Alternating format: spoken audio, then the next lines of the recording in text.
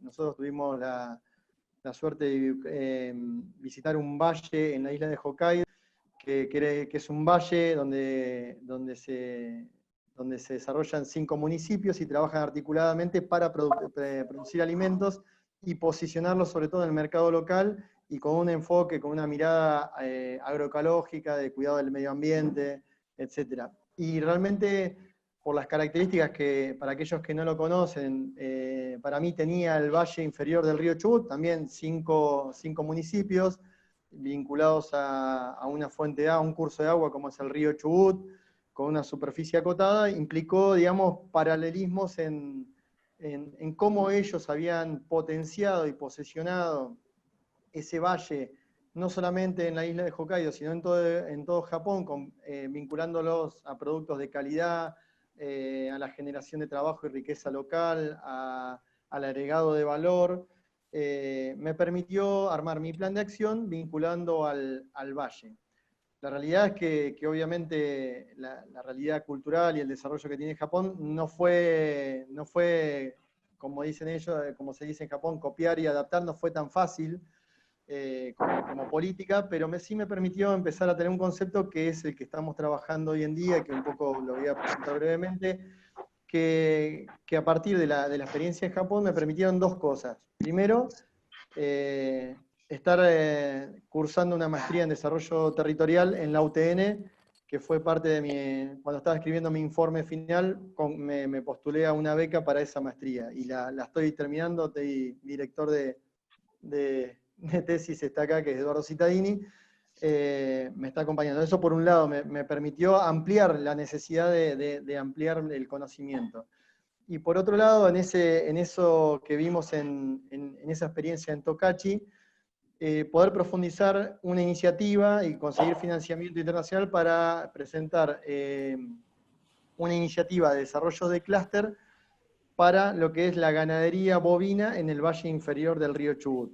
Hoy en día, mañana estamos presentando ya los proyectos que van a ser financiados, pero mucho de lo aplicado conceptualmente, de cómo miraron, cómo se pusieron objetivos y cómo encararon la manera de desarrollar ese valle de Tokachi, es lo que estamos tratando de poner en valor con la ganadería en el valle inferior del río Chubut, donde hay un territorio que está conceptualizado, que es una marca propia, donde hay una ganadería, una actividad que tiene un mercado local, nacional e internacional con muchísimo potencial, donde hoy en día no está puesto en valor, por más que la marca existe para todos los que conocemos el valle inferior del río Chubut, y la carne de la Patagonia está puesto en valor, un valor intrínseco, pero eso no se ha potenciado. Y lo que se apunta a partir de esa experiencia que pasamos en Japón es a tratar de poner en valor este valle con esas características. Así que brevemente un poco resumir esa experiencia con este hilo conductor. Habíamos hablado de 5 minutos, muy, muy cortito, pero sobre todo valorizar, agradecer a Claudia Shinsato, que es de JICA Argentina, que fue genial en esa experiencia, en todo el apoyo, a Ignacio como presidente, que bueno, seguramente a partir de esta charla espero poder seguir incrementando la intervención y aportando a la asociación de ex becarios desde mi lugar, y agradecer fuertemente a los 3 disertantes. Contar con el aporte de los 3 para nosotros es fundamental desde el INTA y como ex becarios también, así que muchísimas gracias. Bueno, muchas gracias, Agustín, por contar tu experiencia.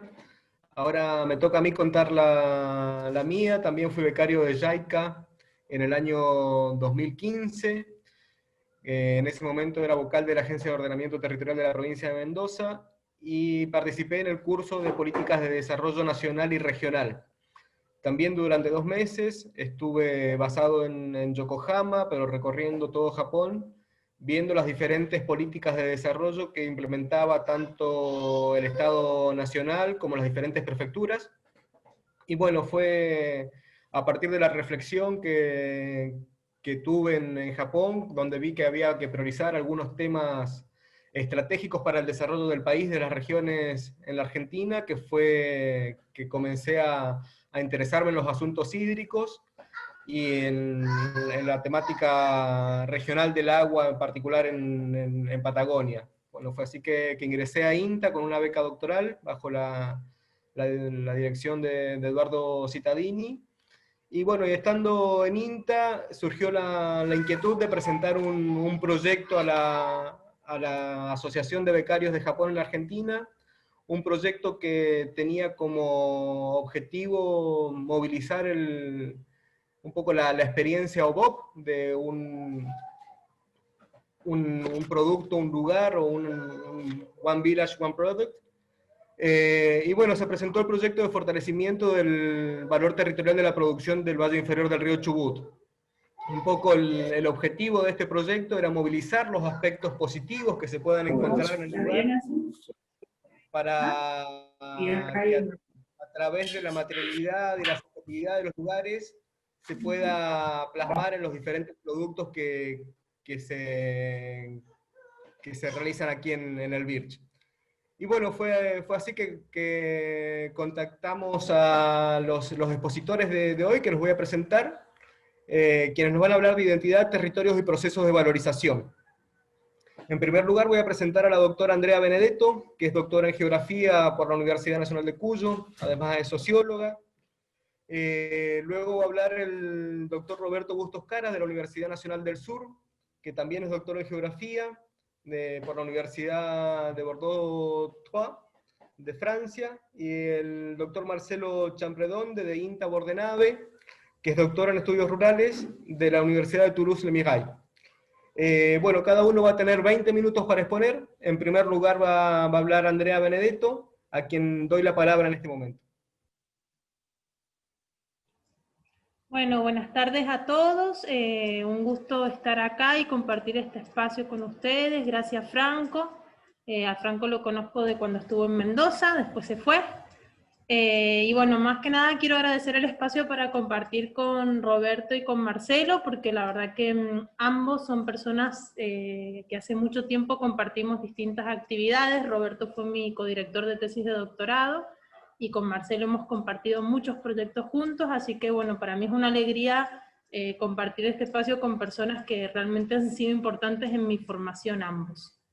Bueno, yo voy a presentar un PowerPoint, pero antes de compartir la pantalla quiero comentarles, bueno, yo soy docente investigadora, y un poco la intención de lo que traigo ahora, a partir de la invitación que me hicieron, es básicamente compartirles, por un lado, alguna trayectoria más académica, si se quiere, o más teórica, en la temática de identidad y territorio, y por otro lado, recoger aprendizajes de, bueno, ya diríamos casi 15 años de trabajo en áreas rurales, en estos temas, y bueno, contarles algunas cosas que me parece que puedo transmitir y dejar como puntapié para que se tomen y se reflexionen en proyectos donde el territorio y la identidad son el foco central.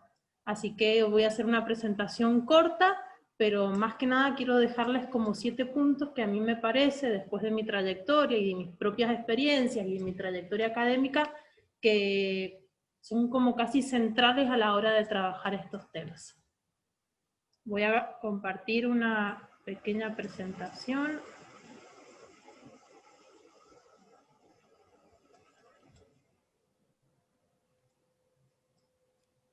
Bajo tu imagen hay un compartir pantalla. No, pero acá hay varios que están compartiendo, puede ser que... Ahí está, a ver.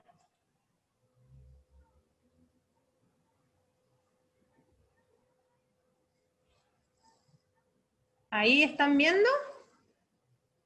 Ahí se está cargando. Perfecto. Perfecto. Si pones modo presentación, se ve la pantalla completa. Ya lo he puesto, pero va lento esto.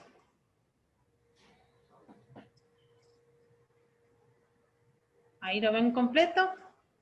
Bueno, lo que sí me olvidé decir es que, bueno, yo pertenezco institucionalmente a la Facultad de Ciencias Políticas y Sociales de la Universidad Nacional de Cuyo, y bueno, más específicamente a un centro de estudios que se denomina Sociedad y Cultura. Y bueno, es en el marco de este centro donde llevo adelante en este momento 3 proyectos, 2 de los cuales tienen que ver básicamente con estas temáticas. Básicamente lo que yo quiero compartir con ustedes son 3 puntos, si hubiera tiempo, que no creo, un 4.º punto. Esos 3 puntos tienen que ver con lo que les comentaba recién, transmitirles un poco algunos ejes que a mí me parecen centrales a la hora de pensar los procesos de valorización en los territorios y en un contexto más amplio los procesos de desarrollo territorial, y estos puntos surgen de distintas investigaciones, pero básicamente de experiencias que han producido o han producido en los territorios y han producido quizás en los equipos de investigación que nos hemos acercado. Acuérdense en que yo estoy hablando desde un ámbito académico, toda una producción de conocimiento que es lo que de alguna manera ahora quiero compartir. Y esta producción de conocimiento nosotros lo que hemos hecho ha sido ponerla en diálogo con algunos marcos conceptuales, de los cuales no voy a profundizar, pero simplemente mencionar que estos marcos conceptuales pueden aportar elementos a la hora de pensar, y el tercer punto es el que nos hace pensar, qué recomendaciones con valor para la acción. Y es ahí donde más que nada me voy a focalizar. Bueno, básicamente yo comentarles esto.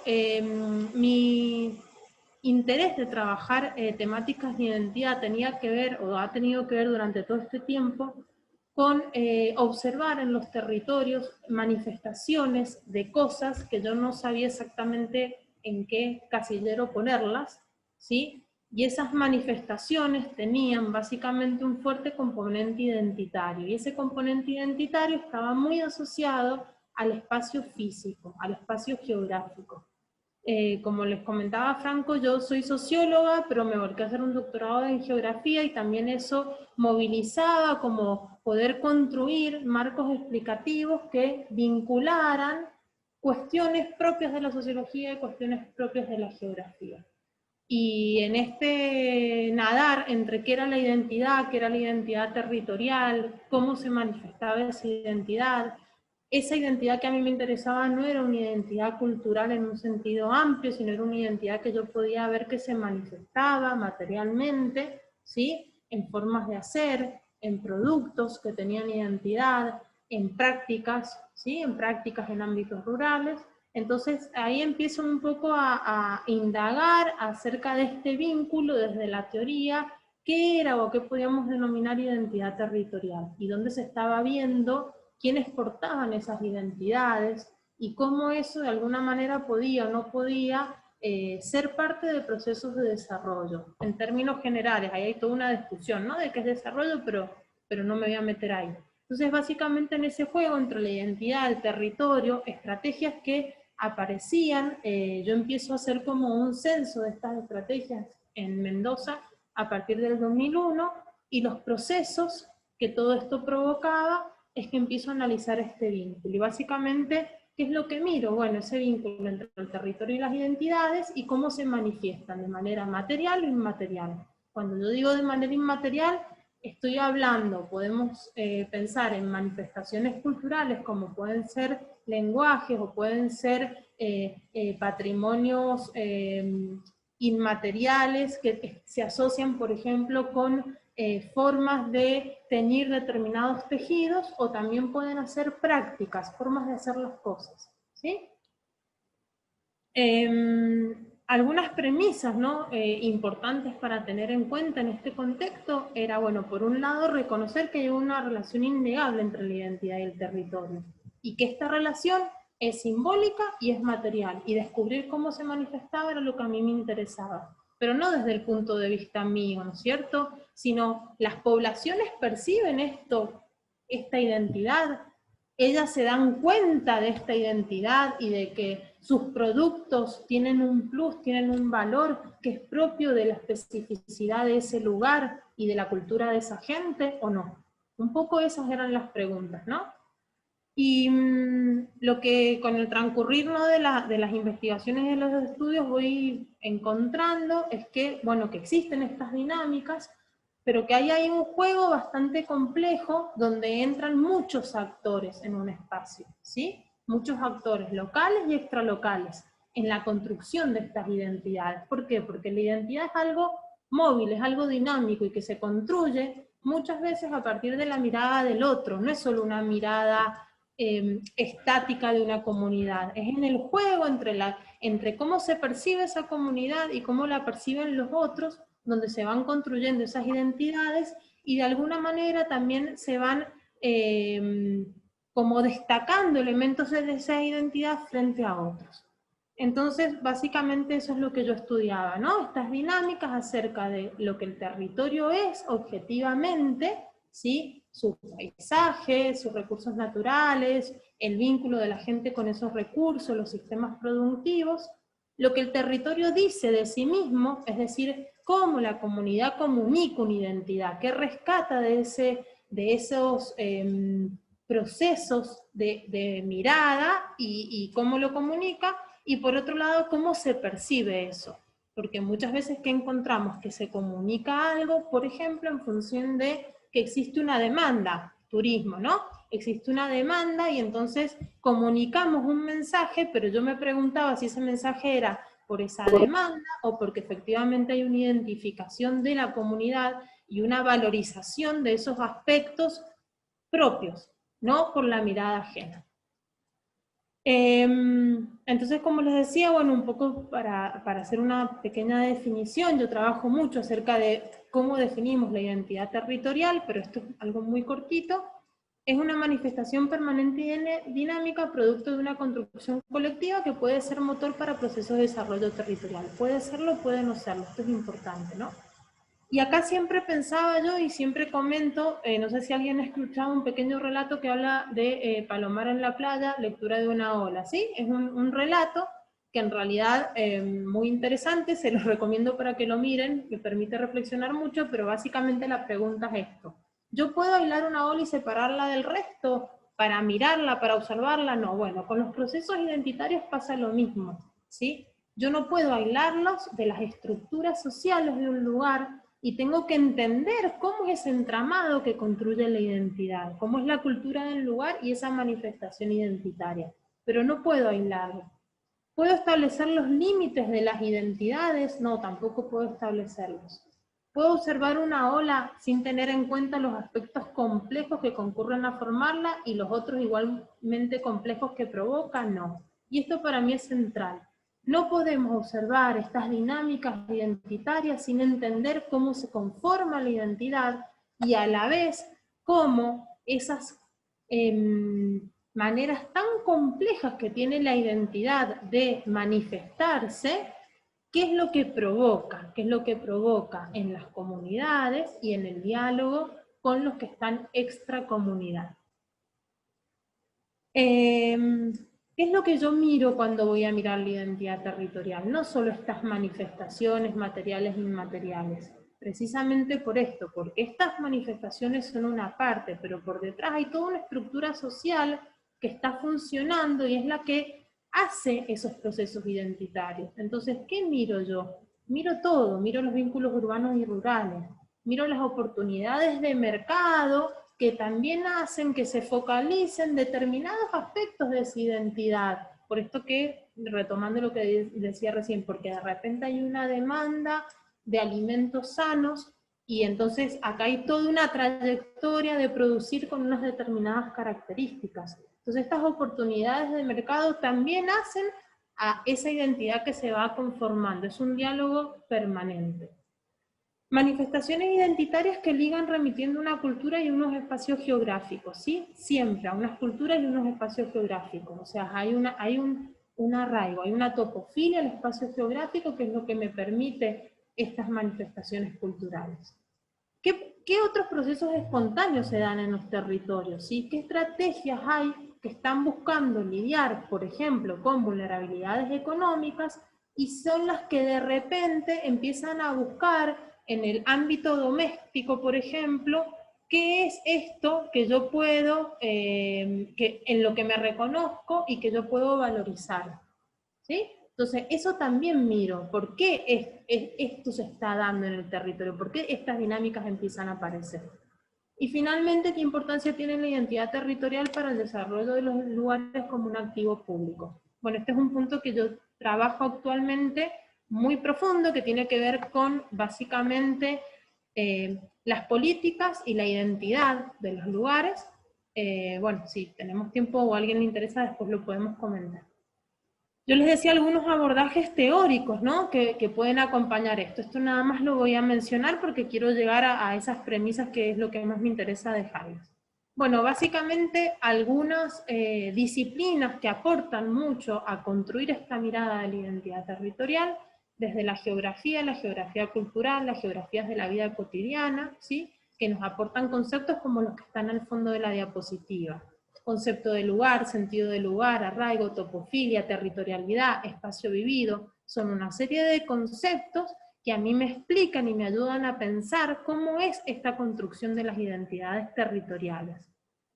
Por otro lado, dos autores que a mí particularmente me interesan, hay millones, ¿sí? Y las otras dos personas que van a compartir conmigo ahora la presentación, les pueden decir un montón, pero dos que a mí me interesan particularmente, es trabajar el concepto viejo de Manuel Castel de identidad-proyecto, y otro concepto de Haesbart, que él habla del territorio como parcela de identidad. ¿Sí? Esto simplemente se los dejo porque Franco me comentaba un poco que algunos tenían que hacer proyectos y que por ahí les interesaba ahondar en algunas cuestiones más conceptuales, entonces simplemente lo menciono. Ahora, vamos al hueso, digamos. Después de estos 10 años de trabajar estos temas, ¿qué es lo que yo quiero transmitirles? Quiero transmitirles 7 puntos que para mí son centrales, ¿sí?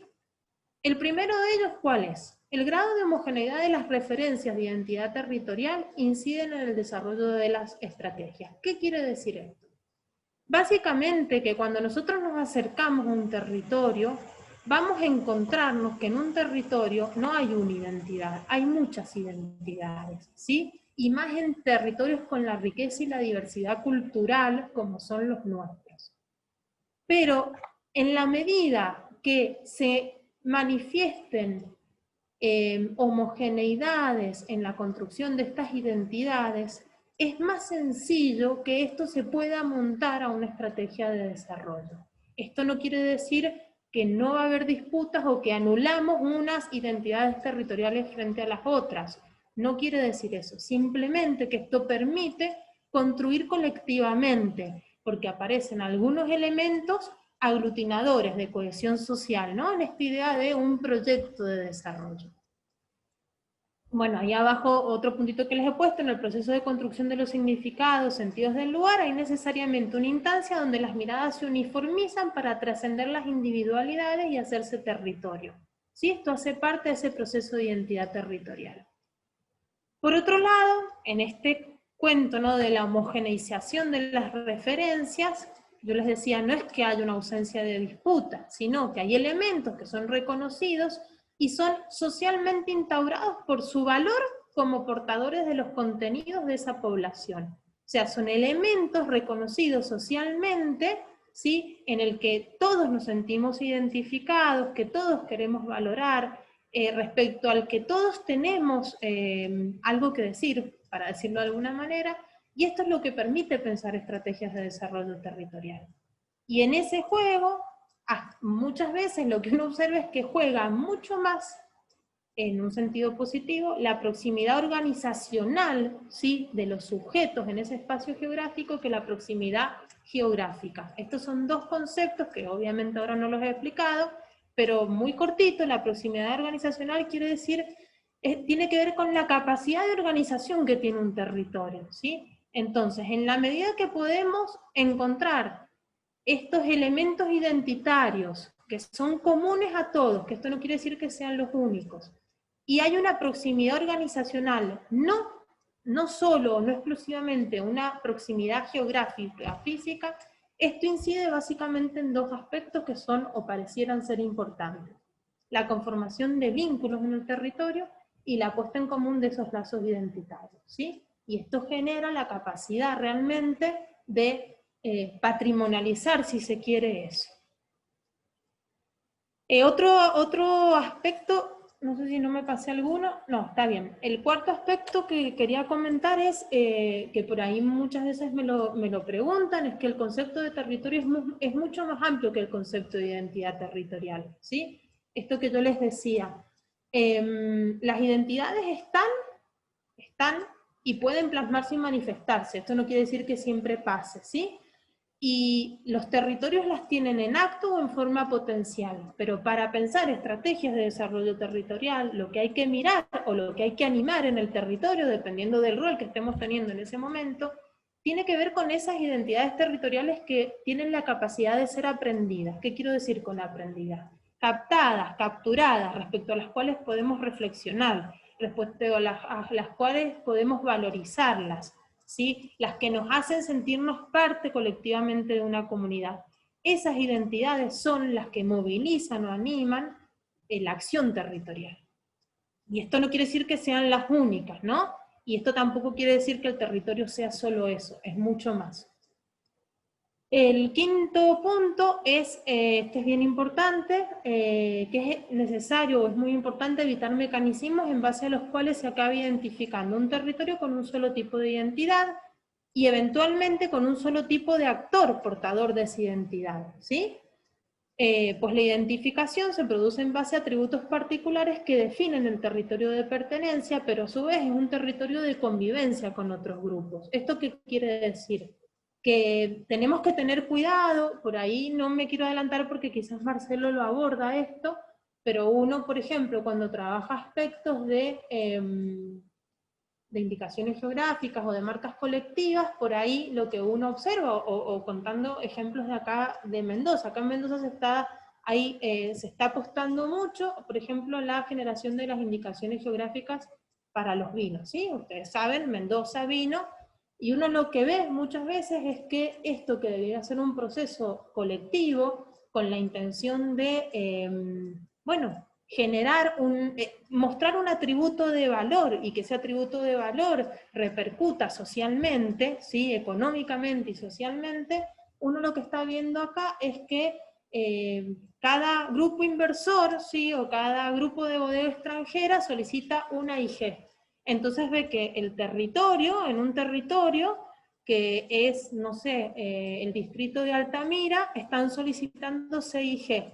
La calle El Indio, Altamira Alta, Altamira Baja. ¿Y por qué es eso? Porque en realidad no tiene que ver con este tipo de procesos, tiene que ver con estrategias de marketing, ¿sí? Y entonces llaman por teléfono y te dicen, che, ¿podés hacer un estudio para justificarme todas las fincas que están alrededor de la calle El Inta porque yo quiero solicitar la IG El Indio? Ese tipo de procesos no tienen nada que ver con esto, ¿sí? Entonces, ¿por qué yo digo esto? Porque todos esos sujetos están en el territorio, ¿sí? Pero la apropiación que hacen esos sujetos de estos valores identitarios depende de su capacidad, ¿sí? De lo que pueden hacer las bodegas, por ejemplo, pero también depende de la mirada de cómo deben animarse estos procesos identitarios, porque la identidad es un patrimonio colectivo y no se trata de apropiársela individualmente a aquellos que tienen mayor capacidad, ¿sí? No estamos hablando de eso. Y efectivamente esto sí se está dando, por eso menciono un poco esto. El sexto punto dice: la identidad de un territorio, según cómo se la considere y evolucione, puede jugar un papel de promoción del desarrollo territorial, pero también puede jugar un rol localista, conservador de lo tradicional, con poco impacto en la población y una mayor necesidad de asistencia del sector público. ¿Por qué menciono esto? Porque también hay mucha literatura y también hay algunas miradas que piensan esto como la recreación romántica o idílica de un pequeño paraje rural, ¿sí? Con algunos elementos identitarios que se pueden vender, ¿sí? Para un mercado urbano que está demandando productos con determinadas características. Bueno, yo no estoy hablando de eso, ¿sí?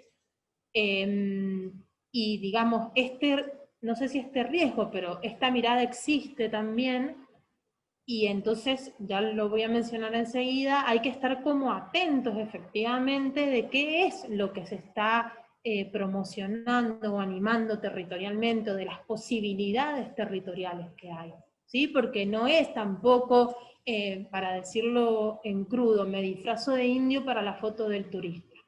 No es eso, ¿sí? No tiene nada que ver con eso, tiene precisamente que ver con una mirada que valorice mi comunidad, que valorice mi identidad, que valorice mi historia, ¿sí? En la que pueda sumar las distintas generaciones, ¿sí? Que se sientan identificadas y que se piensen estrategias que económica y socialmente sean sustentables, que ambientalmente sean sustentables. Pero no estrategias, vuelvo a decir, como no nos queda otra y hacemos esto. Estrategias en serio, o sea, considerando que la identidad es importante por lo que es, ¿sí? No como un aderezo para pensar alguna alternativa. Y el último punto, que con la diapositiva que sigue voy a cerrar, básicamente, ¿qué dice este punto? Dice que las identidades como un atributo parecen neutrales, pero si uno las entiende como proceso y hace esta mirada más amplia y más focalizada en lo complejo que es un territorio y las tramas de relaciones, y a raíz de eso la construcción de identidad y de lo dinámico que es la construcción de identidades territoriales, ahí vemos que se pierde esa neutralidad y que aparecen un montón de cuestiones atenientes a relaciones de poder. Entonces, ¿a qué cuestiones hay que prestarles atención en esta tónica de este punto 7? Bueno, básicamente, a que el éxito o el fracaso de muchas de estas estrategias no quede atado, condicionado a modas de mercado, que se produzcan transformaciones de tal envergadura como donde la riqueza cultural identitaria de las comunidades deje de ser tal y la esencia de ese territorio como marcador de esas identidades o de esas diferencias se desdibuje hasta para los mismos actores locales. Y esto, por ejemplo, en muchas situaciones de turismo pasa. Que en los beneficios derivados de este tipo de estrategias se pongan expectativas desmesuradas, estoy hablando de expectativas económicas desmesuradas, en cuanto a cuáles son las reales posibilidades para que se mejoren los medios de vida de las poblaciones, ¿sí? Acá hay que tener mucho cuidado precisamente en la generación de esas expectativas, en contextos como los que nosotros estamos viviendo y como los que se está viviendo en las áreas rurales de todo el país. Uno puede pensar muchas estrategias, pero hay condicionantes estructurales que limitan las posibilidades de esas estrategias. Entonces es importante como no considerar que esto va a ser un salvavidas, pues no va a ser así. Y que solo se trate de un proceso de identidades ficcionalizadas, producto de un buen andamiaje de marketing territorial, como estos ejemplos que yo les contaba, por ejemplo, de bodegas, que digo, más allá yo no es un tono de crítica, digo, las bodegas pueden hacer lo que quieran, ¿no? Pero me parece que la reflexión va por pensar que no se trata de esto, ¿sí? Y entonces que el actor social no queda reflejado en su complejidad y sus ambigüedades, y por ejemplo el consumidor, ¿sí? Un consumidor en un sentido amplio, se acerca a un producto realmente genuino. Siempre que se termina ficcionalizando, siendo un escenario de todo esto. O terminan participando muy pocos, y muchos otros siguen quedando rezagados, ¿sí? Bueno, ahí no sé si Marcelo lo va a abordar, pero siempre me acuerdo en un trabajo que hicimos en Colonia Carolla, sobre la IG del salame de Colonia Carolla, bueno, muchos se montaban y podían ser parte de ese proceso de construcción de una indicación geográfica, pero también observamos que muchos quedaban al margen, por cuestiones tan básicas, si se quiere, como que ellos no contaban con un espacio azulejado, no podían cumplir mínimas condiciones de higiene, ¿sí? Para ser parte de todo un proceso de construcción de un IG, o sea, para ser parte de los protocolos. Entonces también como en mirar esto. Y el último mensaje, ¿estoy bien, Franco, con el tiempo? ¿Franco? Ah. ¿Me escuchan? Sí, yo te escucho, creo que sí estás con el tiempo. Sí, te escuchamos, Andrea. Yo te escucho perfecta.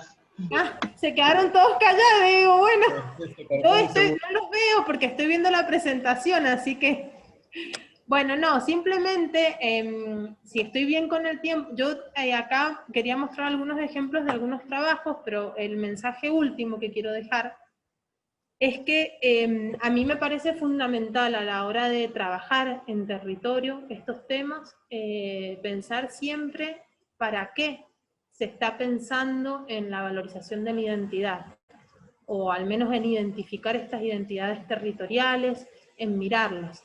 Y cuando digo para qué, es un para qué obviamente desde las comunidades, ¿no? Pero ¿para qué? ¿Cuál es el objetivo? ¿Es un objetivo económico? ¿Es un objetivo de valorización cultural? ¿Es un objetivo de pensar alternativas para mejorar ingresos? Determinar ese objetivo conjuntamente con la comunidad también hace casi a la esencia de cómo se pueden pensar estas estrategias, bueno, teniendo en cuenta quizás estos recaudos que yo he marcado porque lo observo acá en la región Cuyo y en otras zonas, ¿no es cierto? Bueno, y con eso cierro.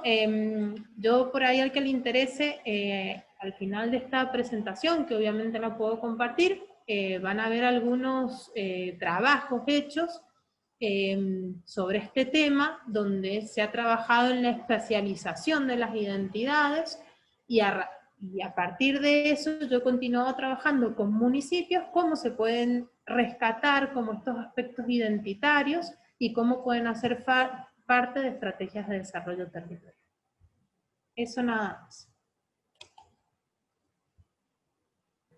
Muchísimas gracias, Andrea, muy clara y muy interesante tu exposición.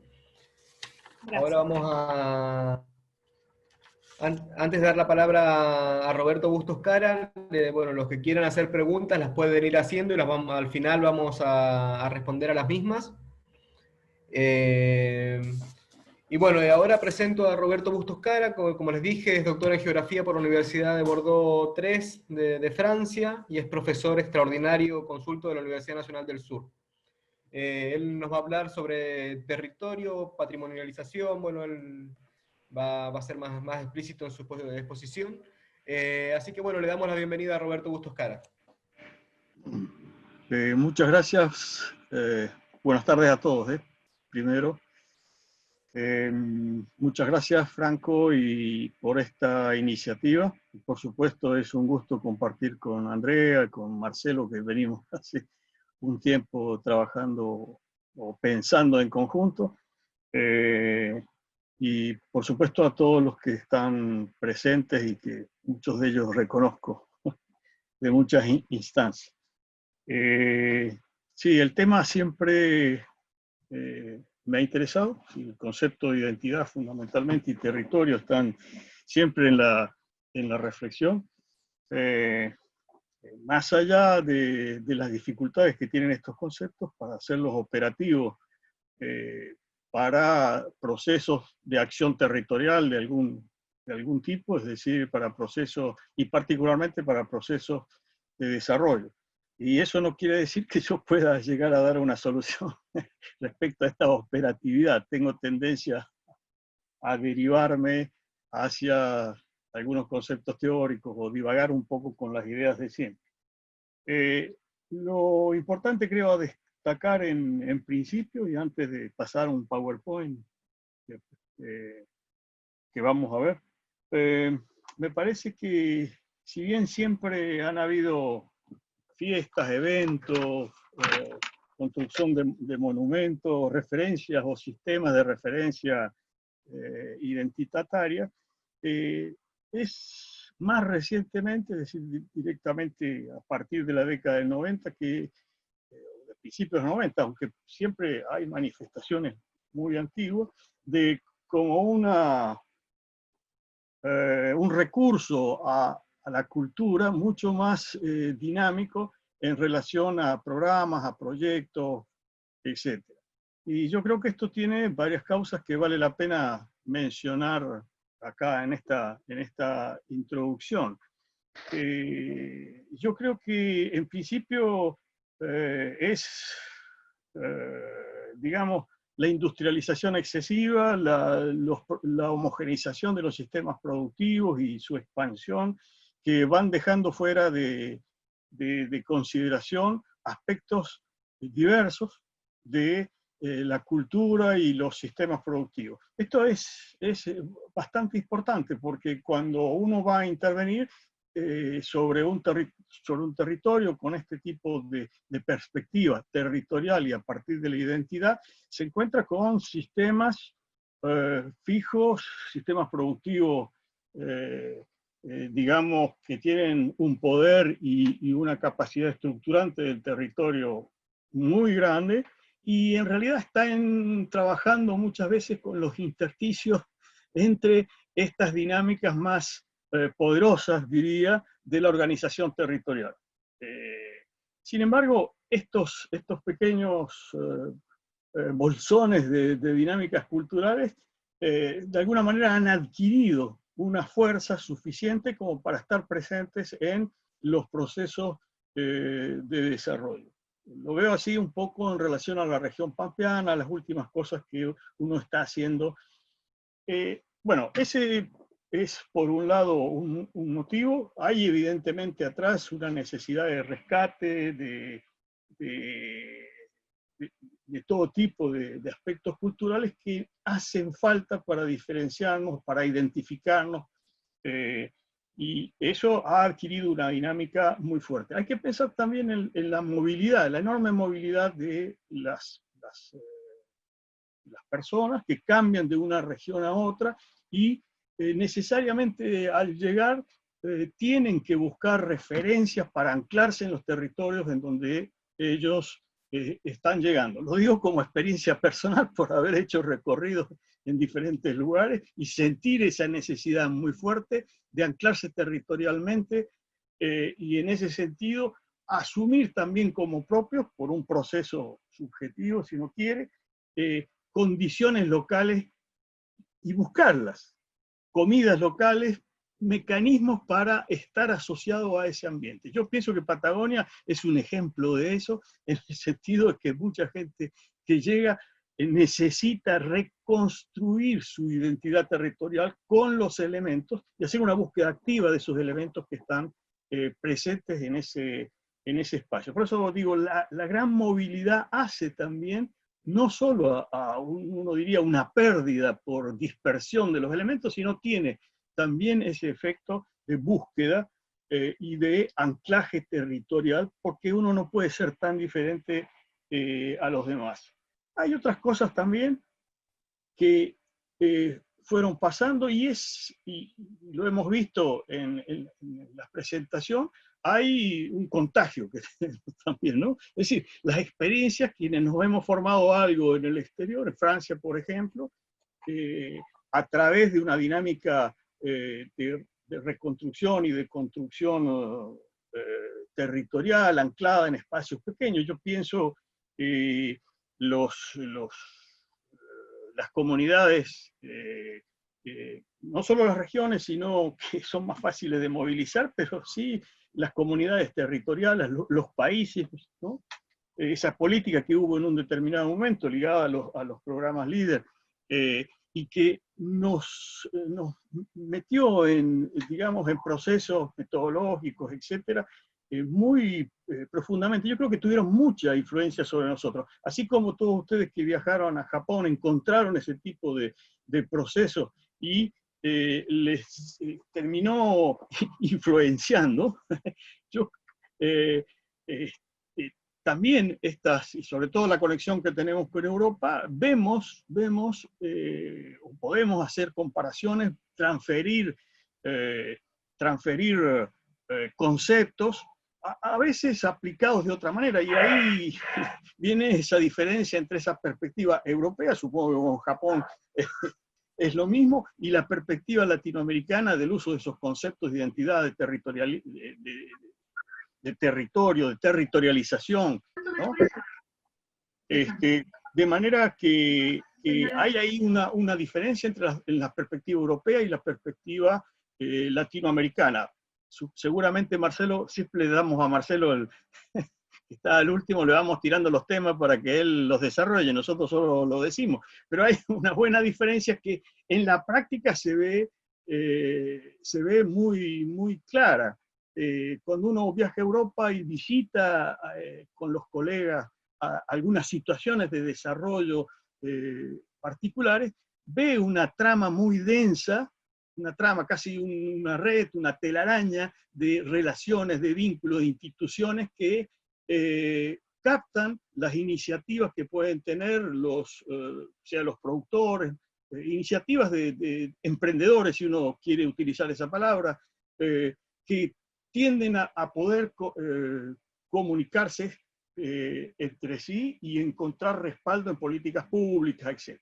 Porque digamos que todos estos conceptos van a estar integrados a esa relación entre tres esferas de acción. La esfera pública, en donde acá está representada de alguna forma, sean las universidades, etcétera, que son las que de alguna manera generan una reflexión e impulsan un tipo de acción sobre el territorio. La esfera pública, por un lado, académica, pero también la esfera pública, como es el caso del INTA o los municipios, pero también está el sector privado, que utiliza con otra lógica, con otra mentalidad, estos mismos elementos, estos mismos conceptos.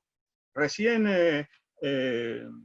Andrea hablaba de esa a veces confusión con el marketing. Y bueno, eso viene bien desde el sector privado, más allá que el sector público a veces posiciona las localidades, etcétera, con un criterio de marketing, es decir, un criterio mercantil prácticamente, y no con un criterio de animación, de desarrollo más integral. Pero bueno, y ese otro sector en la base del sistema, que sería el tercer sector, que serían las organizaciones, etcétera, que son los que tienen la iniciativa y que forman la base de los sistemas productivos, los sistemas de iniciativa y los sistemas de dinámicas culturales que van a progresar hacia una inserción en un territorio, si quieren, productivo, un territorio de vida también. Pero quiero indicar esas tres esferas desde donde surgen las iniciativas en base a estas cuestiones de identidad, territorio, etc. El sector público, el sector privado y el tercer sector, si uno quiere, en una síntesis muy, muy grande. Evidentemente el sector público trata de incentivar a ese tercer sector. Generalmente las políticas que surgen desde el INTA están ligadas a pequeños productores, etc. No solamente a eso, pero quiero decir, hay muchos de esas dinámicas, y es también la experiencia que yo mismo he ido adquiriendo. Entonces, esta introducción se me está haciendo un poco larga, pero creo que hace ver necesario ver esa diferencia entre Europa y América Latina, y particularmente Argentina. Hay otra cosa más que me parece interesante decir, y es que muchas veces confrontamos cultura con economía, si queremos. Es decir, como dos polos opuestos que están de alguna manera compitiendo, pero en sentido contrario, ¿no? Es decir, cuando uno habla de, bueno, hubo el otro día otro webinar como esto, donde tratábamos de oponer con Marcelo, bueno, y otros colegas que lo hacían muy, muy bien, lo que es valorización frente a mercantilización, ¿no? Así como hablamos de marketing, pero también mercantilización y valorización. Y en ese sentido, a mí, uno busca elementos en las ciencias económicas, pero también en la cultura. Y a veces, si uno dice, esto tiene una perspectiva económica, es como considerar que no tiene la perspectiva cultural. Y en realidad no hay economía sin cultura, ¿no?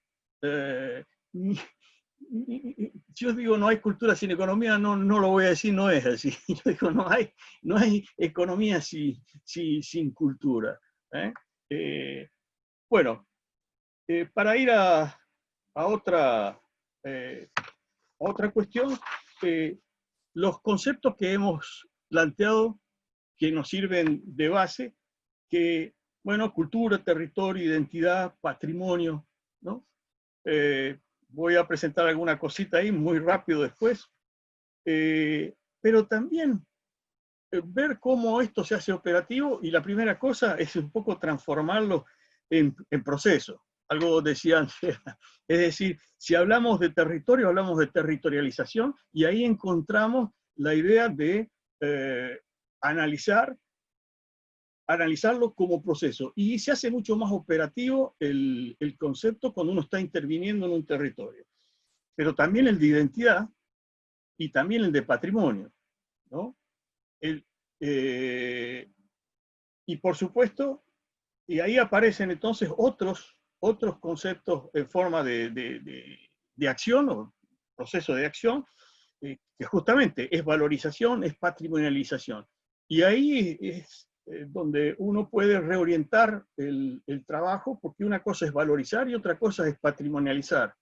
Es decir, esas diferencias, y cada uno tiene la posibilidad de hacer un seguimiento de las trayectorias en donde esos procesos se producen, ¿no? Esa palabra patrimonialización, hacer propio, hacer de uno, etcétera, es algo que tiene que ver con un sentido más profundo de la subjetividad. Estamos hablando cuando hablamos de territorio, hablamos de una subjetividad territorial. También hay una objetividad, como dijo Andrea, pero en realidad esa objetividad pasa por una subjetividad. Por eso, cuando hablamos de procesos de valorización o procesos de patrimonialización, etcétera, estamos pensando en el sujeto, ¿no? Que es aquel que va a dar sentido. Así como vamos a ver que yo recurro siempre a una definición del territorio muy simple que me dio un cierto resultado. Y ya estoy jubilado, así que puedo seguir utilizándolo un tiempito más. Y es territorio del espacio con sentido. Esa idea de sentido, ¿no? Sentido que es significado, lo que significa para un sujeto, ¿no? Por supuesto se puede, bueno, tiene sentido y tiene la idea de proyecto también, ¿no? La palabra sentido dice o quiere decir de alguna manera lo que significa, pero también quiere decir hacia dónde se va. Y eso se puede aplicar a la idea a cualquiera de estos conceptos, a la identidad, si queremos. La identidad es un sentido que nos es dado y que nosotros portamos, etcétera, pero también es una construcción que se refiere a un proyecto. Hay que decir otra cosa más ahí, y es que cuando uno dice identidad o patrimonio como un dado, en realidad cada generación, digamos, sí, podemos hablar en términos de generación, tiene que volver a reconstruir esos objetos y esos sentidos patrimoniales permanentemente. Es un trabajo permanente, no es que se construye la identidad o la construimos los que somos más viejos y ustedes la van a utilizar y hacer funcionar tranquilamente. No, lamentablemente van a tener el trabajo de seguir haciendo lo mismo. Bueno, eso da trabajo y ya es bastante. Entonces, ese uso de los conceptos me parece importante decirlo para el uso operativo. Yo voy a utilizar un poco el PowerPoint. Tengo muchas cosas ahí, pero voy a sacar nada más que 2 o 3 filminas porque puse una cantidad improbable de dar, pero no tuve tiempo de sacar, etc. Bueno, voy a ver si puedo poner ese PowerPoint en su lugar. A ver. Capaz que lo están viendo y ya sería un milagro. Sí. Bueno, ahora no sé cómo se hace para colocar. No sé dónde se pone eso, pero supongo que acá. Sí, ahí. ¿Tiene ganas? Ah, sí, ahí. Está perfecto. Bueno. Simplemente se me ocurrió presentar con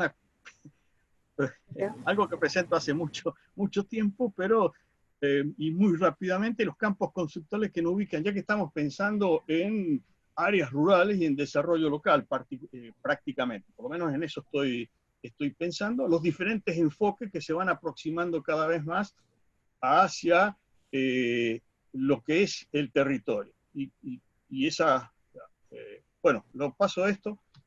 Acá quería dar una idea del territorio reafirmando lo que les había dicho antes.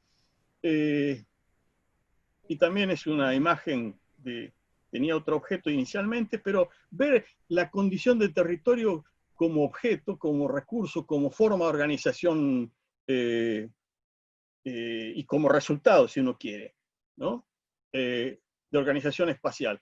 Pero verla sobre todo, quizás habría que ponerlo antes, como en su calidad de sujeto, que es lo que estamos diciendo. Con sentido territorial, con anclaje cultural y social, y como recurso patrimonial. Y tercero, como proceso, que es lo que hemos estuve intentando decir. Y volver también a otra vieja diapositiva que recoloca la acción dentro de la construcción territorial en la estructura que significa la cultura, la identidad, etcétera, con la capacidad estructurante de conformar ese territorio. Y por supuesto, la calidad de sujeto y la calidad de actor de ese individuo que está ahí en el centro donde está la acción, construyendo hacia el pasado y en el presente y hacia el futuro esa, digamos, su posición en esos contextos identitarios y de desarrollo. Tenía una serie de conceptos. Todos esos conceptos comparten, digamos, comparten características particulares, ¿no? Y todos esos conceptos están asociados entonces a una concepción del pasado, pero también del futuro. Entonces, y entre ellos los valores patrimoniales. Ahí dejé algunas definiciones que utilizamos. Los valores patrimoniales se definen como el territorio con tiempo consentido, significado, con historia cristalizada en objetos, en un lugar o en un hecho. Tienen una doble naturaleza material ideal, etc. Tienen una función mnemónica. Cada territorio tiene un sistema de referencias patrimoniales, si ustedes quieren, ¿no? Tiene un sistema, que es lo que decía Andrea, que hay que de alguna forma descubrir en ese territorio para poder transferir, si uno quiere, al sistema productivo, a una consideración general. De todas maneras, son formas también, y pensándolo en términos también de la cultura, formas de control ideológico, político, etc. Así que hay que pensarlo también en ese sentido y en la criticidad que es necesario siempre tener en cuenta. Algo que dice este autor, que es Dimeo, que trabaja estos temas, no hay un territorio sin que uno le asigne un valor patrimonial. Es decir, no existiría un territorio si uno no se siente casi propietario de ese espacio, ¿no? No solo le asigna el sentido, pero le asigna el sentido de propiedad de que nos pertenece. Entonces, bueno, ahora, para ir más rápido, todos esos valores territoriales, todos esos significados territoriales, esas experiencias que están ancladas en el territorio, se integran de alguna manera en el territorio y pueden transferirse al sistema productivo. Entonces, de todas formas, hace falta ese intermedio que es la patrimonialización de esos valores. Se me ocurre poner acá este concepto de activos y genéricos, o de recursos y activos, porque, bueno, está justamente en ese proceso de transformar esos recursos en activos, en donde está el trabajo de aquel acompañante que es el agente de desarrollo en un proceso local determinado. Se me ocurrió poner todas estas cosas en estos esquemas. Una esfera a la derecha es la economía y otra esfera es la cultura. En el centro, en vez de poner territorio, ponemos acción territorial, como por lo que he definido antes. Y entonces ahí aparecen, o trato de colocar, estos procesos que parten de otra cosa de otra situación que me parece importante, y que es la idea de animación territorial. ¿Qué es la idea de animación? Porque si uno piensa en las pequeñas localidades acá cerca, en la región pampeana, que de alguna forma se despoblaron, que mantienen, digamos, que ha habido entonces una emigración, ha habido, y están decaídas, para decir. Es decir, casi cualquier proceso de desarrollo local debería basarse también o iniciar por un proceso de animación, ¿no? Es curioso porque animación viene de animación social, si ustedes quieren, y hay un gran desarrollo teórico en ese sentido, en torno a la animación, que está también relacionado con recreación, ¿no? Con la recreación. Y cuando uno ve la palabra recreación, animación quiere decir animar, ¿no? Es decir, buscar el alma de un lugar y generar una dinámica a partir de ese alma. Y por otro lado, esa relación con recreación, que quiere decir recrear, ¿sí? Recrear las condiciones básicas para que luego haya un reconocimiento o haya una valorización, primero un reconocimiento, una valorización de elementos del lugar de que se trate, y progresivamente una patrimonialización eventualmente. Cada cosa requiere una metodología diferente para, digamos, desarrollarla. Acá puse valorización integral, que es un aporte de Marcelo, porque tenemos tendencia a relacionarlo a los productos. Es decir, estar pensando no en el sujeto de esa región, sino en el productor y en el producto particularmente. Entonces, esta incorporación de valorización integral implica todos los aspectos, pero también toda la trayectoria que llega después a lo mejor a un producto, diferenciándolo, especificándolo, etc. Y en el otro extremo, entonces, entre animación, valorización, mediado por la patrimonialización, podemos llegar a la comercialización primero y a la mercantilización eventualmente. Es como que nos vamos alejando progresivamente más del origen, del valor inicial que le estamos asignando a un producto, a una región, etc. ¿No? Entonces,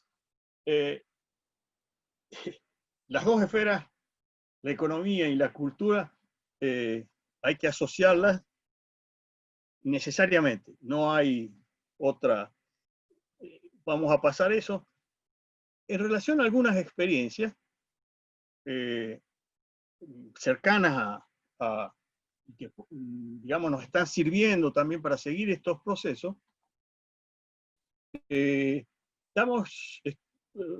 a ver, son dos cosas. Por un lado, cuando una comunidad pequeña, estoy pensando en una localidad como Pehuenco, es decir, una pequeña localidad balnearia, 1000 habitantes permanentes y a lo mejor 20.000 en el verano, con una serie de actores diferentes, con lógicas, etc., como un caso donde aparecen iniciativas que tienden a valorizar situaciones locales. No hablamos del turismo, pero en ese caso están puestas de alguna forma al servicio del turismo, pero no solamente al servicio del turismo, sino también al servicio de la animación local de los propios habitantes. Ahora, lo que estoy presentando acá sería otro caso. El caso de una actividad, en este caso que habíamos tomado, era una bodega en la zona de Sierra de la Ventana, que llega sobre un territorio, y tiende, quizás el otro esquema es mejor, llega sobre un territorio y tiene la intencionalidad, ¿no? La estrategia de apropiarse de recursos patrimoniales locales para favorecer, casi cercano a ese marketing, ¿no? Y entonces aparece ahí una situación inversa, ¿eh? Es decir, cómo una persona que, es decir, un emprendimiento que llega, puede tomar de ese territorio elementos que valoricen su producción. Por otro lado, por una necesidad, tiene que integrarse en ese espacio. Pero a su vez, era el anterior, a su vez, ese activo que llega nuevo a un lugar, y pensando en la producción vitivinícola, que tiene un carácter cultural profundo, asociado a la gastronomía, etcétera, en ese caso, se transforma también nuevamente en recurso y tenemos circulando ese proceso. Es decir, el emprendimiento buscando el patrimonio existente en el lugar para valorizarlo, pero a su vez luego el lugar apoyándose en ese nuevo emprendimiento, construyendo o patrimonializándolo. Es decir, la propia localidad asumiendo como que existe ahora vino, fiesta de la vendimia, etcétera, en una pequeña localidad. No es tan sencillo, pero lo que quiero mostrar que no tiene un solo sentido estos procesos. Yo creo que seguro me pasé del tiempo, pero solo dos para completar este ejemplo. Porque no todas las tradiciones son tan antiguas. A veces estamos construyendo cosas que a lo mejor van a ser antiguas o van a desaparecer en el tiempo. Hace 2 años o 3 años iniciamos la fiesta de la comida al disco. Hay cientos de fiestas en la provincia de Buenos Aires. Y muchas veces tienen más que ver con la animación territorial, la necesidad de la población de tener objetivos, que con una mercantilización, una puesta en el mercado para ganancia de algunos. Lo que hay ahí en esas fotografías son diferentes fiestas regionales, el Strudelfest en Coronel Suárez, o bueno, en las colonias, perdón, próximas a Coronel Suárez, es extraordinario con la inmigración alemana, la fiesta del omelette, bueno, diferentes fiestas, la fiesta del asado y la nuestra que era la fiesta del disco. Y digo que ahí tuve como una especie de proceso participativo. me integré como bueno, la cantidad de fiestas que hay. Quería mostrar esto solamente, la capacidad que tienen estos eventos para articular, para regenerar vínculos entre la población y sobre todo para animar. Yo voy a terminar ahí porque seguro me pasé, no miré bien, pero quiero dejar esta idea. Casi cualquier intervención que utilice esos elementos culturales de identidad, etcétera, tiene que partir de la animación local. Lo digo también por otro motivo. Cuando se hace la evaluación de los proyectos, y por ahí me ha tocado Bárbara, así que incluido en el INTA, uno quiere en general encontrar resultados directos y a veces hasta cuantitativos, es decir, aumento de ingresos, lo que sea. Pero hay una función importante que hay que destacar y que es la animación. Quizás solo anima a un grupo, quizás solo anima, como llevamos ahora 3 años y no sé qué va a pasar con esto que nos está pasando, porque ahora ya se acaba de suspender, por supuesto, en este año. Entonces, permanentemente estamos en la necesidad de reconstruir esa animación para poder seguir ese trabajo permanente de buscar valores. Eso también está asociado al turismo. El turismo es un consumidor de valores territoriales permanente. Entonces hay que estar en esa búsqueda. Pero también luego el proceso de patrimonialización, cómo hacemos propio para que tenga una sustentabilidad mayor. Y en tercer lugar, bueno, las estrategias de primero comercialización y luego mercantilización eventualmente. Yo dejaría ahí, estos son otros aspectos de rescate de patrimonio, en este caso paleontológico de la localidad. En este caso la iniciativa es particularmente del Estado, es decir, el Estado municipal. En el caso anterior era una cuestión mixta de la comunidad local y del... Bueno, eso se lo dejo a Marcelo. Y ahí termino. Son innumerables los recursos que pueden activarse y entrar en un proceso de animación territorial y llegar, incluso si es necesario, no hace falta que llegue a la mercantilización en esa dinámica. Bueno, yo termino ahí. Supongo que Muchas cumplí bien. gracias, Roberto.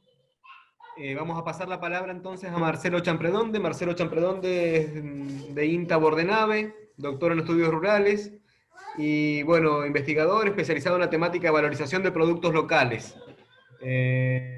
Bueno, anima la plataforma de valorización de productos locales y, bueno, le damos la palabra para que nos dé su exposición. Gracias, Marcelo. Muy bien. Bueno, muchas gracias.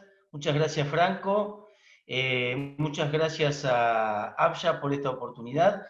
Quisiera remitirme a cómo surgió esta idea de hacer este seminario conversatorio en una charla con Franco, a partir de su inquietud de trabajar en el valle inferior del río Chubut, pensando en el territorio y en un producto o en algunos productos que lo representaran. Entonces empezó el debate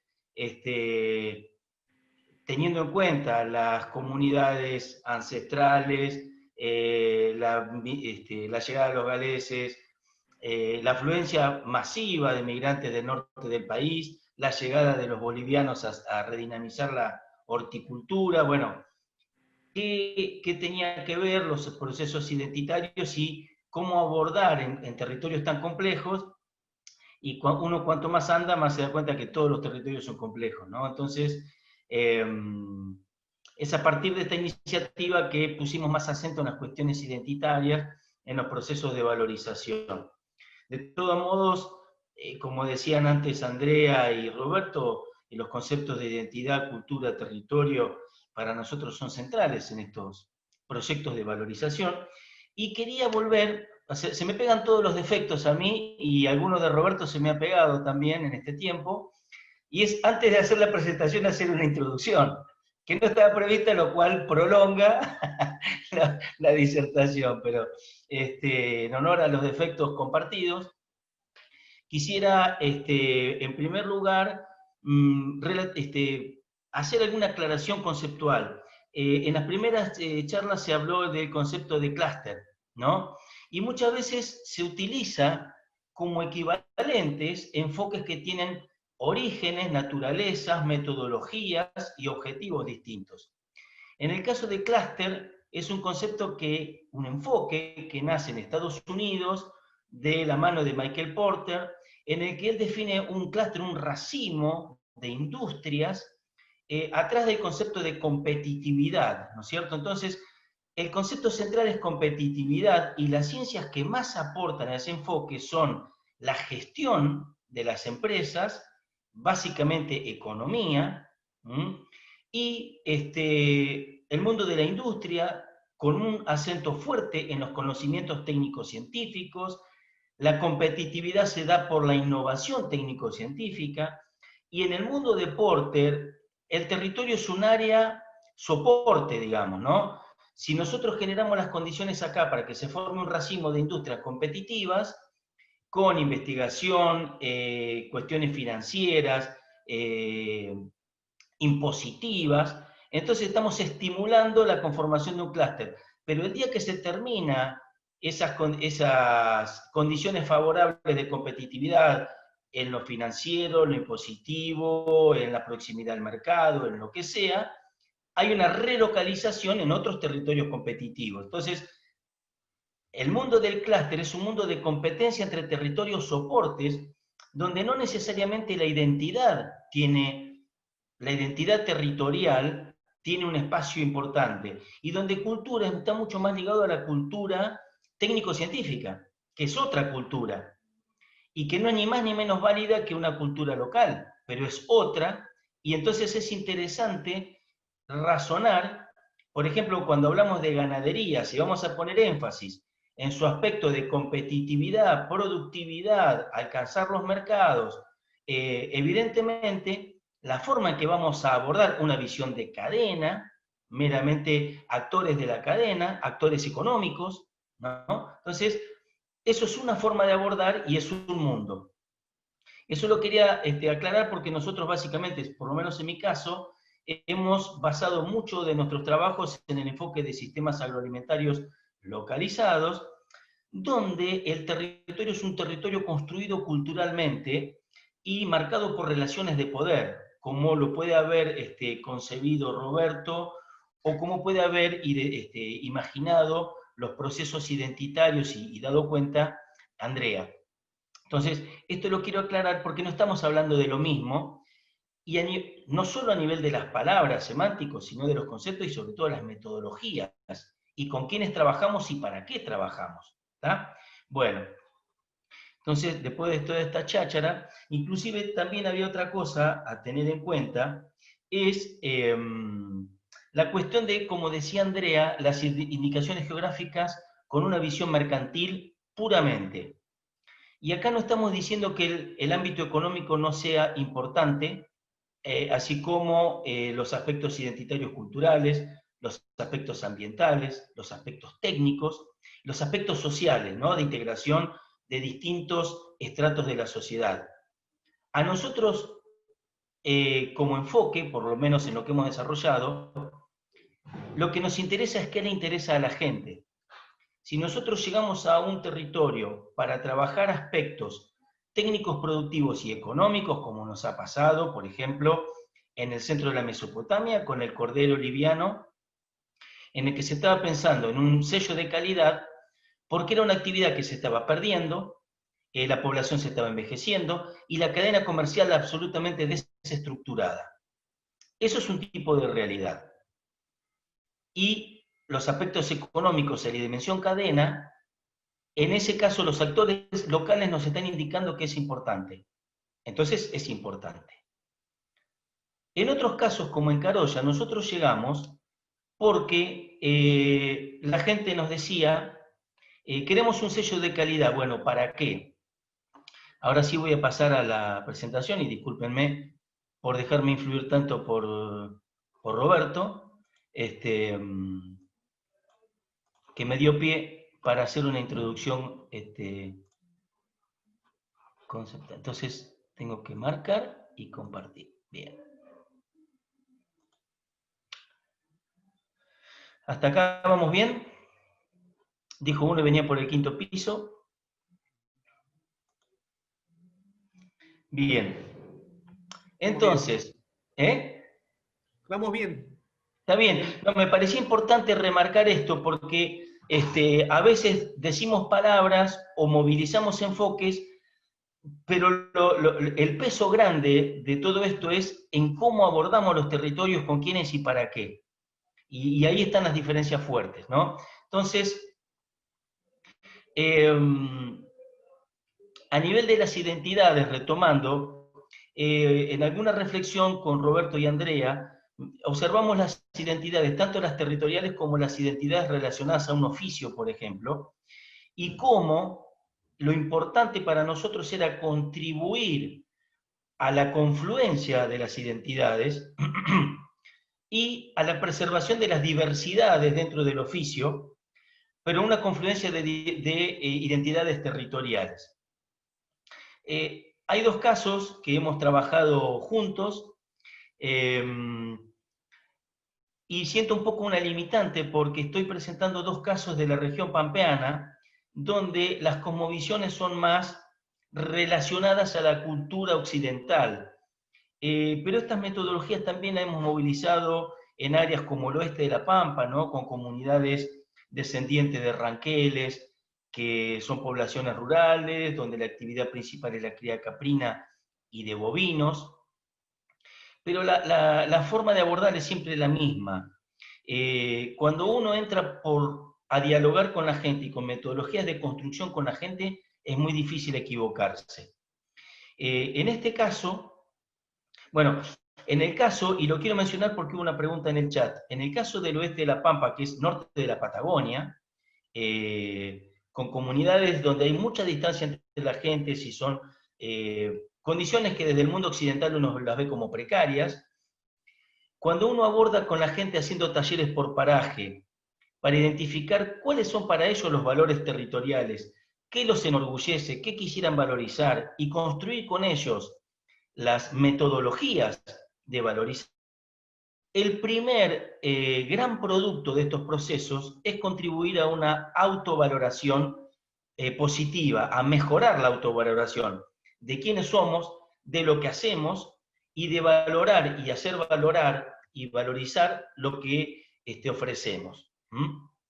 Entonces, esto como principio es aplicable tanto a la estepa patagónica, al oeste de la Pampa, a la Puna, donde también hemos trabajado, al Monte Chaqueño o a Colonia Carolla.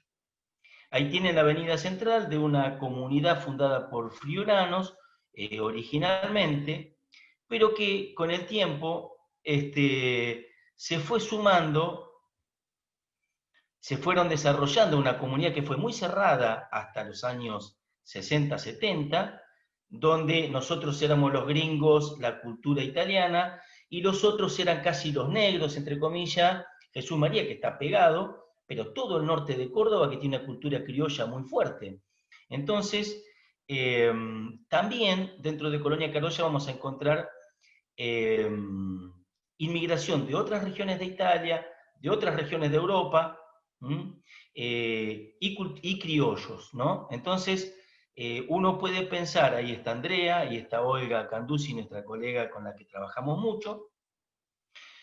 Si nosotros entrábamos en Carolla pensando en una denominación de origen, desde una visión de competitividad económica, hubiéramos entrado por la Cámara de Comercio y de las industrias del salame más dinámicas, con mayor proyección nacional, hubiéramos acordado un sello de calidad que marginaba en cierta forma las producciones más pequeñas, que no cumplen con los requisitos de SENASA, que no tienen una proyección económica importante, ¿no?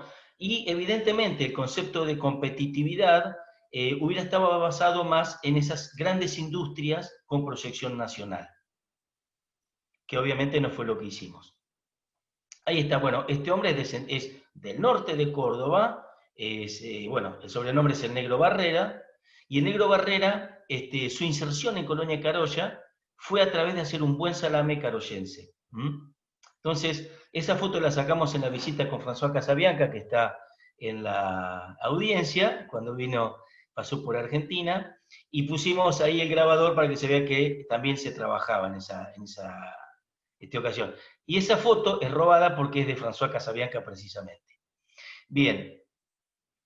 Entonces, ¿qué nos encontramos como contexto? Había grandes elaboradores, grandes volúmenes.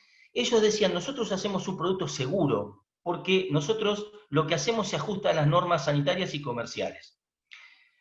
¿Qué decían de los pequeños? Hacen producciones inseguras, andás a ver qué hay ahí adentro, y no tienen los controles que tenemos nosotros.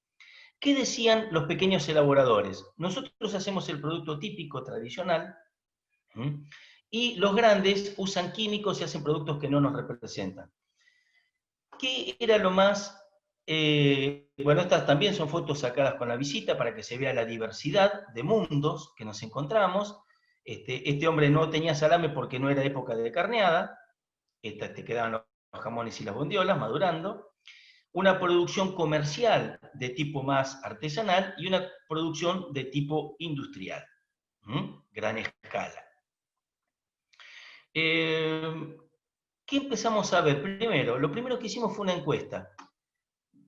Agarré una bicicleta, visité a uno por uno los elaboradores comerciales, porque el sello iba a afectar solo a los elaboradores comerciales, desde la carnicería más pequeña que hace salame a la industria más grande, y les pregunté qué hacían, por qué lo hacían, cómo lo hacían, dónde lo vendían, y en realidad para qué querían un sello, si tenía sentido un sello de calidad por el origen en Colonia Carolla. Casi todos me dijeron que lo que había que proteger era el patrimonio, el salame típico. Y la comunidad en general, porque yo en el hotel hablaba con la gente, donde iba a comer hablaba con la gente, decían, el salame que se vende de Colonia Carolla no es nuestro salame. El salame es una referencia identitaria muy fuerte en Colonia Carolla. Y la gente decía, ese producto comercial a nosotros no nos identifica.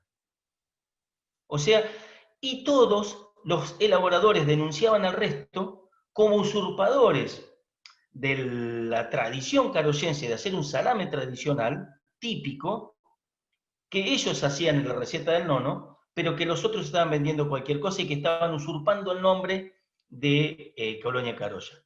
Y además había una cuestión comercial, era que el nombre de Carolla se usa en todo el país con productos que en su gran mayoría no son hechos en Carolla. Bien, entonces lo que vimos era, el 82% de los elaboradores locales habían aprendido la receta en el interior de una familia friulana.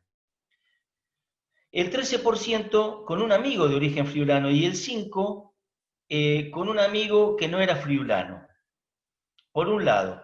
Entonces, esta idea del friuli tenía una impronta fuerte en este producto, pero no todos lo habían aprendido a hacer dentro de una familia friulana, pero lo más interesante es que la mitad de los elaboradores comerciales que estaban instalados en Carolla no tienen un apellido friulano. Bueno, Barrera, bien criollo en su cultura, otro de origen griego, otro de origen español, otros de otra región de Italia. Entonces a nosotros, como elemento aglutinador, empezamos a tratar de proponer, pensar más en un producto que era carollense y no friulano. Porque si remitíamos al friulano, estamos remitiendo a un grupo, a una cultura. Carollenses somos todos. Y el salame es de Carolla, no de los friulanos solamente. Bien. Entonces, el desafío era contribuir a que la cultura carollense integre la diversidad, pero que las particularidades del producto no pierdan su esencia. Entonces, por medio de talleres, como se ve acá, fuimos priorizando para qué querían hacer el sello. Fuimos identificando, lo principal eran todos los conflictos que estaban en torno a la elaboración, puesta al mercado y reivindicación del salame. Y fuimos construyendo una serie de talleres que abordaran los temas de A1 y que se trataran los temas conflictivos de A1 y con una base conceptual que permitiera abordar cada conflicto. Ese es el equipo en el que quiero destacar. Bueno, Andrea, François Casabianca, que nos está escuchando, que es de Córcega, que fue quien me formó en las cuestiones de la calidad particular vinculada al territorio. Fernando Carduza, con quien se desarrolló una metodología para identificar el producto único desde lo sensorial, quienes trabajaban los aspectos de inocuidad del salame sin afectar la tipicidad, porque si uno cumple con todas las normas que impone hoy SENASA, no se puede lograr el salame típico, pero el salame sí tiene que ser inocuo. Los aspectos microbiológicos, con las colegas de INTI, de la Universidad de Quilmes, aspectos ligados a los hongos. Entonces, desde la sociología, ¿no? Andrea, entonces fuimos construyendo un equipo en el que teníamos que hablar un lenguaje común. Las disciplinas aportaban a un lenguaje común. Si sumábamos las disciplinas, no lográbamos entender la realidad y no lográbamos acompañar ese proceso. Y quiero señalar algo más. Lo más difícil para mí como animador de ese proceso fue hacerle entender a quienes tenemos formación técnica que no venían a dar un consejo de cómo se hace bien o cómo lograr la mejor calidad. Teníamos que primero entender por qué la gente hace lo que hace desde el punto de vista técnico, porque son ellos los que hacen un producto con renombre y único. Entonces, aprender a domesticar al técnico que da consejos fue el trabajo más difícil, porque nos preparan para dar consejos más que para entender y acompañar, ¿no es cierto? Ese es uno de los temas fuertes. Bueno, como resultado de todo el proceso, se logró la indicación geográfica, reconocimiento, vinieron las autoridades, fiesta, el intendente. Ahora, ¿cuáles son los impactos más fuertes que tuvimos en el territorio? Hoy lo usan solamente 2 elaboradores la IG y ha tenido una utilización muy baja a nivel comercial. Con Andrea hemos escrito algunos artículos de por qué se explica, qué es lo que explica que el sello se usa muy poco. Pero lo que logramos sin proponernos fue limar mucho las asperezas entre elaboradores de salame, lo cual contribuyó a reeditar una fiesta que no se hacía hacía 3 décadas. Hacía 3 décadas que no se hacía la fiesta del salame típico, se reeditó. Y otro de los efectos fue una mayor dinamización de la articulación turismo con la elaboración de salame, y luego de esto, el Consejo Deliberante emitió una, ¿cómo se llama? Una norma, no me sale ahora la palabra, para que se construya una marca territorial para otros productos de Colonia Carolla que son tradicionales, y algunos que tienen una calidad particular como el salame, que son los platos locales, y productos agroecológicos para acompañar una valorización más integral de esos recursos territoriales. Bien, ahí tenemos la fiesta del salame, y elaboradores que no se hablaban entre ellos, que trabajan juntos todos los años para reeditar la fiesta. Y tenemos la fiesta. Fíjense que arrancamos de un proceso por un sello de calidad, y los impactos territoriales más fuertes fue mejorar la animación, mejorar la capacidad de acción colectiva. Quedan muchas cuestiones pendientes, tuvimos problemas de liderazgo en la etapa de implementación, con lo cual estos procesos pueden ser truncos, pueden tener baches, pueden desaparecer, pueden tener épocas de grandes glorias, pero son construcciones, son trayectorias. Bien, y entonces, lo que tratamos es que haya una referencia territorial que aglutine, más allá de las etnias o de los grupos culturales, y digamos, una preservación de las diversidades al interior. Voy a pasar rápidamente otro caso rápido, que es un pueblito muy chiquito que es Goyena, que está aquí en la región pampeana, y que empezamos pensando en la cultura mallorquín. ¿Por qué? Porque es un pueblito donde afluyeron muchos mallorquines como empleados, venían como trabajadores golondrina y se volvían. En un momento se quedaron, y muchos de ellos tuvieron acceso a la tierra. Pero nuevamente hay un montón de culturas, mallorquines, salamanquinos, vascos, alemanes volga, criollos. Entonces, cuando empezamos a hacer las primeras entrevistas con la gente del pueblo que nos relataba cómo era y demás,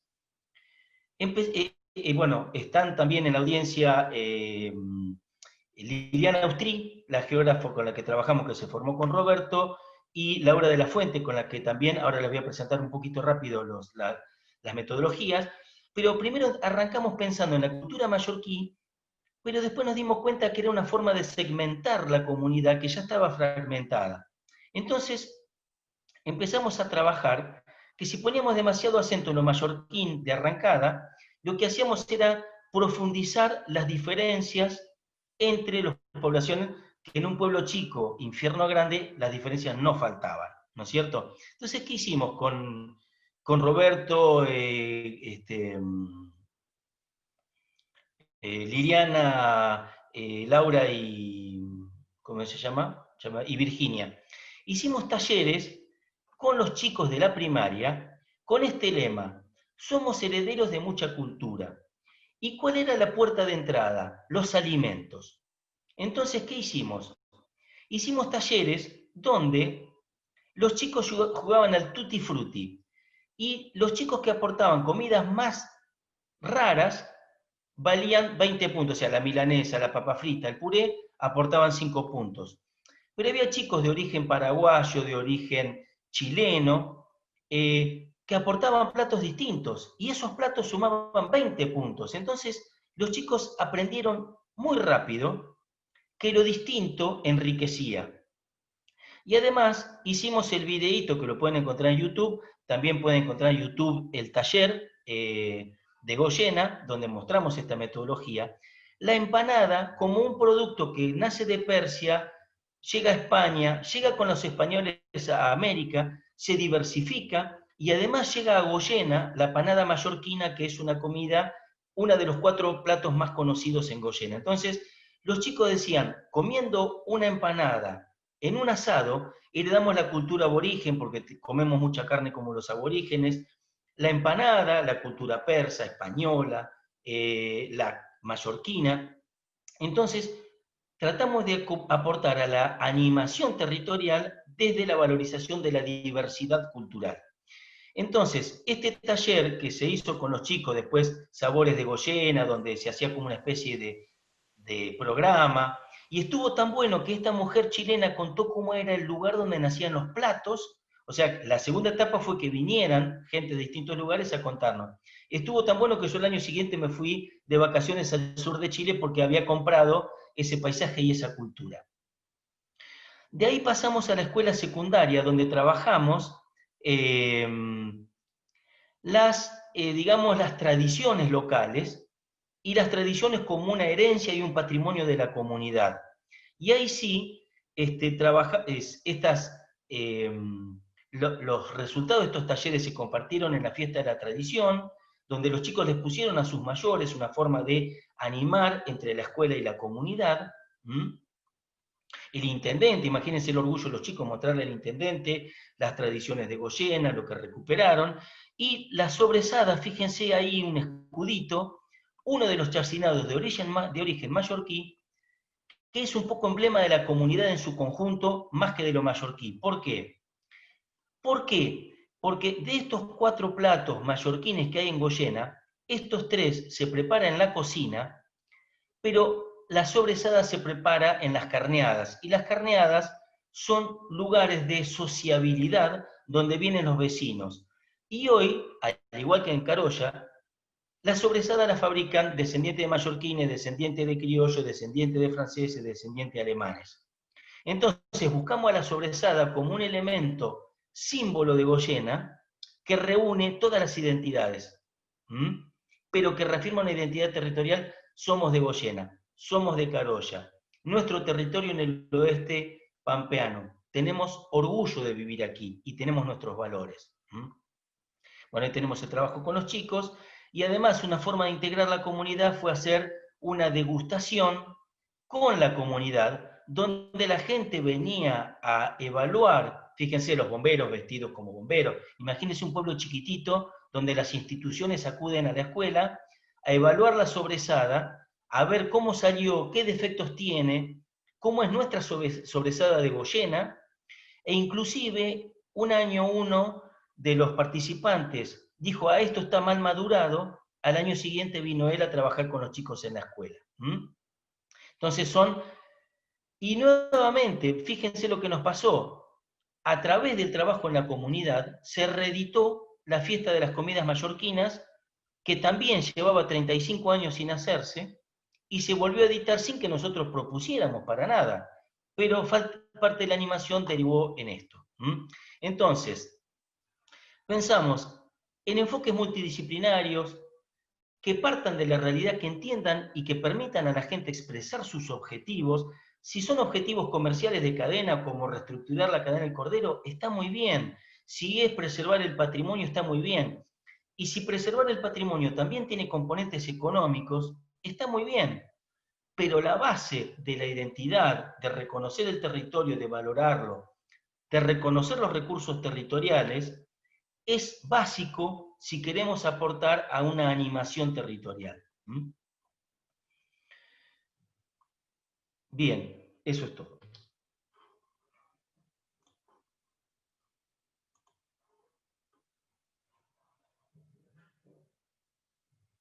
Gracias, Marcelo. Vamos a pasar a la ronda de preguntas. Tenemos 15 minutos para las preguntas, hasta las 7 se corta el Zoom.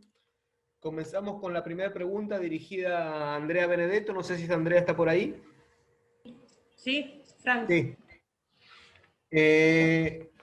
Preguntan si existen lineamientos que guíen la labor conjunta con las comunidades locales en los proyectos de planificación y gestión territorial. Si existen lineamientos que guíen la labor con las comunidades locales en estos Bueno, rápidamente creo que un poco Marcelo ha contestado ya esa pregunta. Yo ahí estaba leyendo los comentarios que la persona que lo hizo estaba diciendo eso. Yo solo lo que quiero agregar, digamos, esos lineamientos y esas maneras tienen que ver con esto, con una forma de trabajar y principalmente con una forma de concebir el diálogo con el otro y cómo es la construcción territorial. Y simplemente lo único que quiero agregar es que, y retomando un poco lo que dijo Roberto al inicio, la animación territorial tiene que ver con dinamizar las distintas patas que hacen a un territorio. Y en un territorio está esta esfera pública que puede ser la cara, el INTA, puede ser una universidad, puede ser un municipio, puede ser lo que fuera. Está la gente y está el sector privado. Y precisamente lograr el diálogo entre todos esos sectores es el ejercicio, ¿sí? Más allá del fin, es el ejercicio, que puede tener mejores resultados, peores resultados, resultados con distinta vida.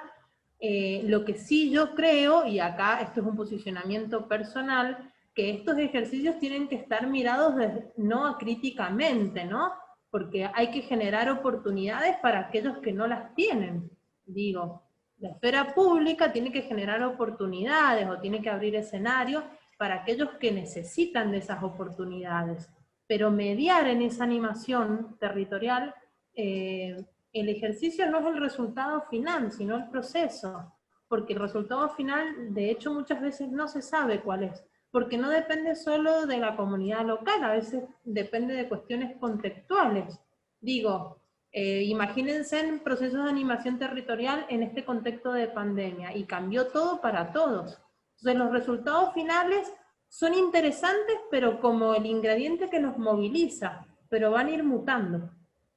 Entonces simplemente, y hay muchas técnicas, digamos, de trabajo, ya yendo a lo más metodológico, pero creo que el mensaje es ese, más allá después de los instrumentos, de cómo hacemos los talleres, quién convocamos, a dónde, qué es mejor, qué no, que está bueno que anime a alguien de afuera, está bueno que anime, bueno, ahí hay toda una cuestión para discutir súper interesante. Pero más allá de la forma, lo importante es entender cuál es el contenido de la animación territorial. Y pensándolo quizás desde el lado nuestro, de la universidad, del INTA, ¿qué rol cumplimos nosotros? ¿Qué rol? O sea, es un rol simplemente de mediación, de generar el espacio de diálogo. Eso nada más. Muchas gracias, Andrea. Pasamos una pregunta para Roberto. Si se pueden considerar animadores los grupos sociales que se expresan en defensa de sus territorios, como el caso de los grupos sociales que se oponen a la minería en Chubut. Si se pueden considerar animadores territoriales.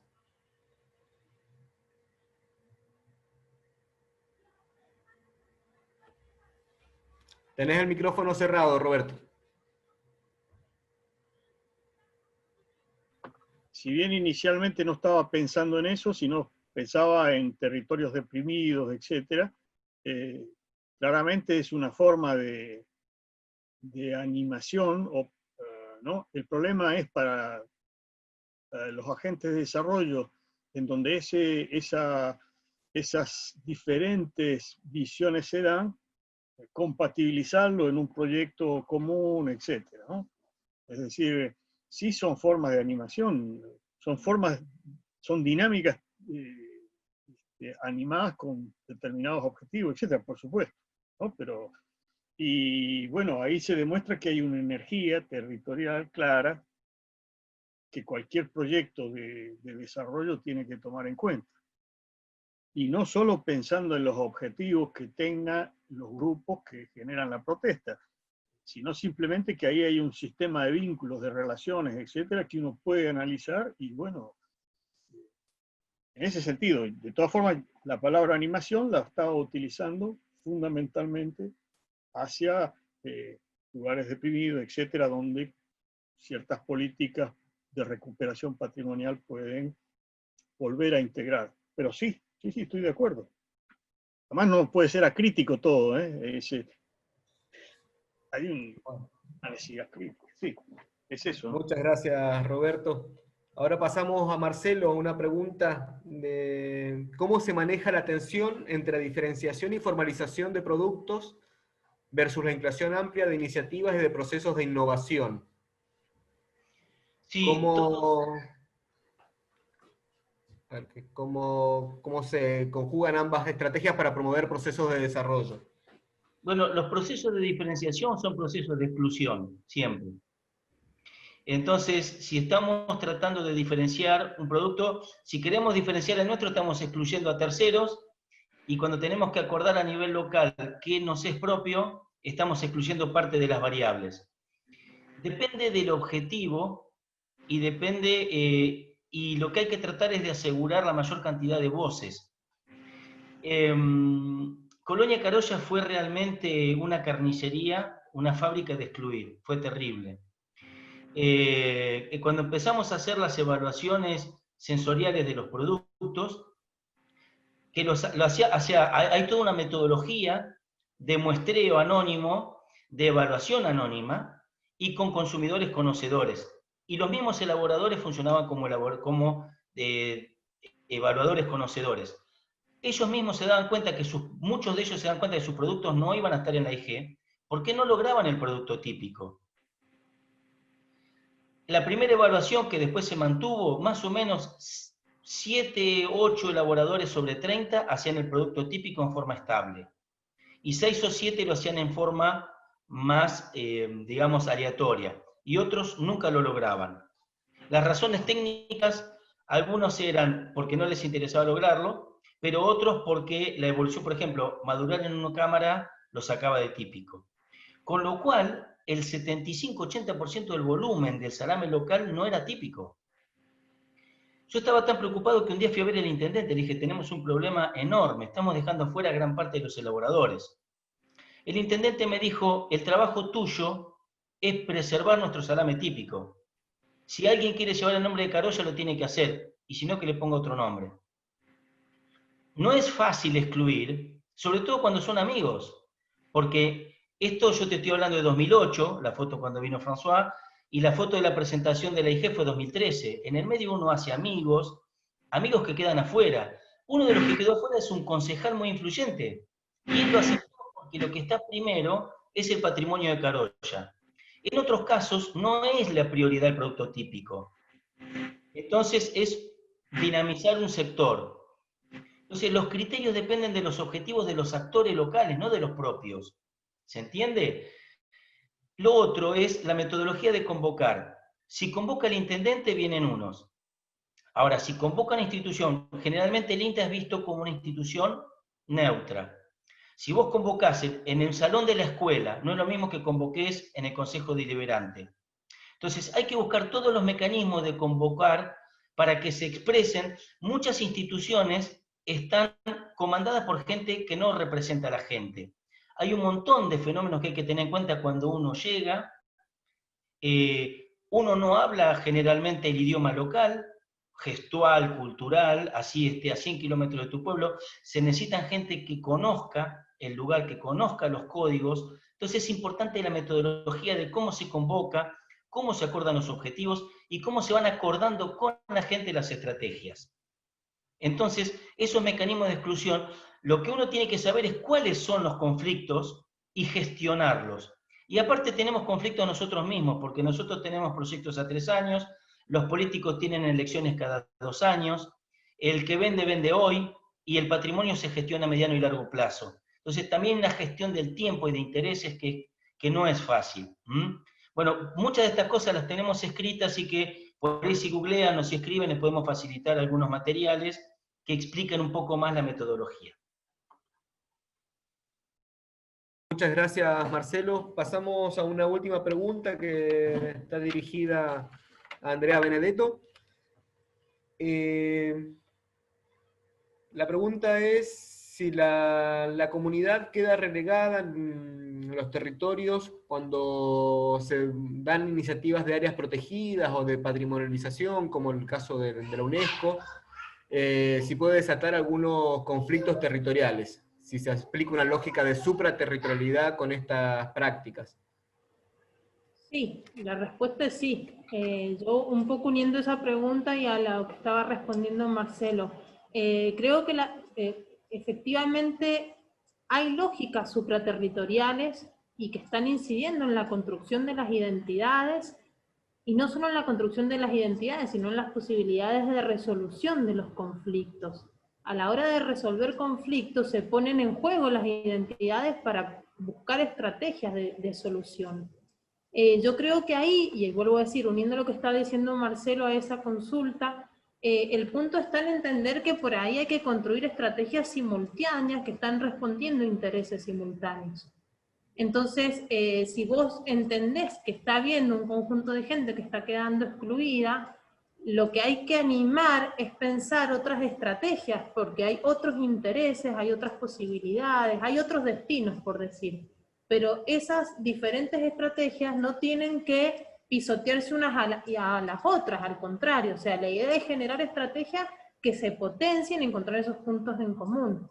Y con estas lógicas supraterritoriales efectivamente pasa lo mismo. O sea, hay una estructura social de poder. Y vuelvo a decir, cuando uno habla de la identidad, no es lo mismo la identidad de un chacarero con media hectárea que no sabe cómo va a vivir el invierno, que la identidad de un chacarero que tiene, no sé, galpón de empaque, estoy pensando en realidades acá. La identidad territorial la construyo desde mi posición social. Y ese conflicto es el que yo voy a encontrar a la hora de mirar las identidades, se traslada ese conflicto. Porque yo miro desde lo que me atraviesa como sujeto posicionado en un lugar, ¿sí? Hablando desde un punto de vista sociológico. Y es en esa lucha en la que hay que encontrar la manera del diálogo. No hay otra solución, por eso nunca va a ser una solución fácil. Y probablemente para mí el camino es pensar estrategias que se complementan, pero responden a intereses diferentes, porque hay intereses diferentes. Es básicamente una negociación. ¿Sí? No sé si respondí la pregunta. Sí, muy bien. Bueno, muchas gracias. Han habido muchos comentarios, felicitaciones y agradecimientos. Bueno, desde la Asociación de Becarios de Japón en Argentina no tengo más que agradecerles por su tiempo y por su predisposición para esclarecernos sobre estos temas de identidad, territorios y valorización de productos. Y bueno, seguir trabajando en esta lógica desde INDA, desde la posición que cada uno ocupa en este lugar. Y bueno, agradecer a todos por la presencia y decirles que pronto estará disponible en el sitio web de APJA la grabación del evento. Muchas gracias y bueno, estamos en contacto. Hasta luego. Muchas gracias a todos. Gracias a todos, ha sido muy, muy placentero el intercambio, la verdad. Muchas gracias. Ha sido un buen intercambio. Gracias, Franco y Andrea, Marcelo y Agustín Pasos. Gracias, Agustín. Gracias, Eduardo, también por acompañarnos. Hasta luego. Hasta luego. Merci, François. Hasta luego. Continuity.